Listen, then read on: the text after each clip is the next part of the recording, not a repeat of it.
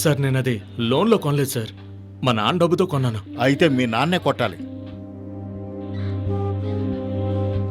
ఏమయ్యా, ఈ రోజుల్లో మనం యాక్షన్ చేసినా గానీ లేదంటే ప్రమాదం జరిగినప్పుడు చూసినా దెబ్బలు తగిలిన వాడిని తీసుకెళ్లి హాస్పిటల్ అడ్మిట్ చేస్తే మీ దగ్గరే కొన్ని బేసిక్ ఇన్ఫర్మేషన్ అడగాలి తప్ప అనవసరంగా వాళ్ళని ఇబ్బంది పెట్టదని కోర్టే చెప్పింది కదా.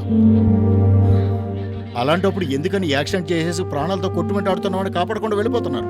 ముందుగా గుడ్ సమరిటన్ 911 గురించి తెలుసుకోండి.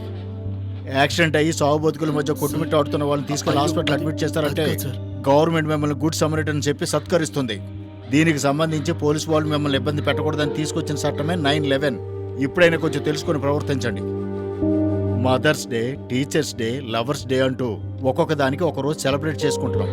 కానీ ప్రమాదంలో చనిపోయిన వాళ్ళని తలుచుకోవడానికి November 11 అని పెట్టాం కదా. ఇది ఎంత ఘోరమో కదా. ఎందుకంటే ప్రతిరోజు ఎంతో మంది యాక్సిడెంట్లో చనిపోతున్నారు. సార్ నేను ఒక డాగ్నే కదా గుద్ది చంపాను, అది కూడా అంత పెద్ద తప్పా సార్? ఏదైనా ప్రాణమే కదరా.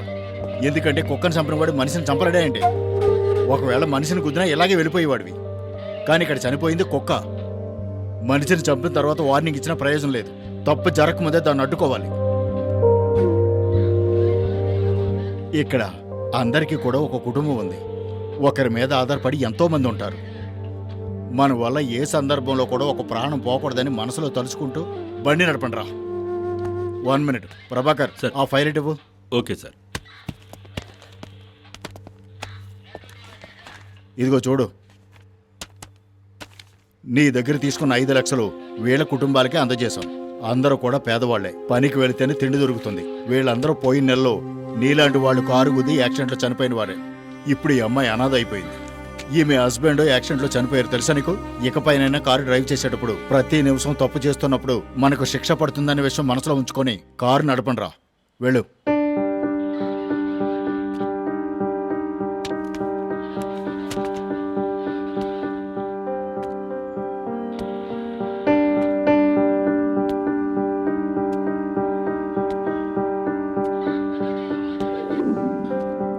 డాక్టర్, నేను ఆ అమ్మాయిని కారుతో గుద్దించి చంపేశానని చెప్పి పోలీసులు నా దగ్గర నుంచి 5 లక్షల రూపాయలు తీసుకున్నారు.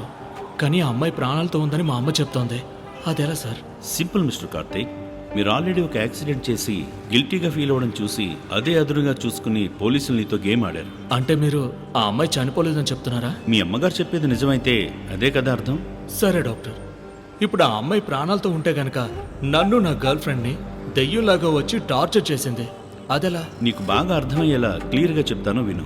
మనం చూసేది అది నిజమని గ్రహించేది పర్సెప్షన్ అని మా మెడికల్ లాంగ్వేజ్లో చెప్తారు. ఇదే కొన్ని సందర్భాల్లో ఒక్కొక్కరికి మనసులో ఆలోచింపజేసే గుణం పర్సెప్షన్ ఎరేజ్ అని చెప్తాం. ఇందులో కూడా కొన్ని రకాలున్నాయి. చూసేది తప్పుగా అర్థం చేసుకోవడం, అదేంటంటే రాంగ్ పర్సెప్షన్. రోడ్డు మీద పడ ఉన్న తాడుని పాముని తప్పుగా అనుకోవడం, దీన్ని ఇల్యూజన్ అంటాం. లేని దాన్ని ఉన్నట్టుగా ఊహించుకోవడం, దీన్నే ఫాల్స్ పర్సెప్షన్ అంటాం. దీన్నే హాలుసినేషన్ అని కూడా అంటాం.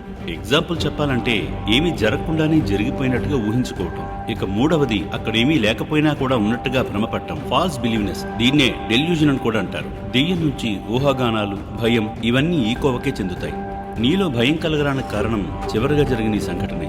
తప్పు చేసేశాం, అందుకే ఆ దెయ్యం మిమ్మల్ని టార్చర్ చేస్తుంది అని నమ్మిన మీ మనస్సు అక్కడున్న సుబ్రహ్మణ్య స్వామి సోలం మీ చేతిలోకి తీసుకోగానే దేవుడు మిమ్మల్ని కాపాడాడు, దెయ్యం మిమ్మల్ని వదిలేసిందని మీరు నమ్మారు. దీనంతటికీ కారణం మీ మనస్సే. మన మనస్సును ప్రశాంతంగా ఉంచుకుంటే చాలు, మనకంతా మంచి జరుగుతుంది. Thank you doctor.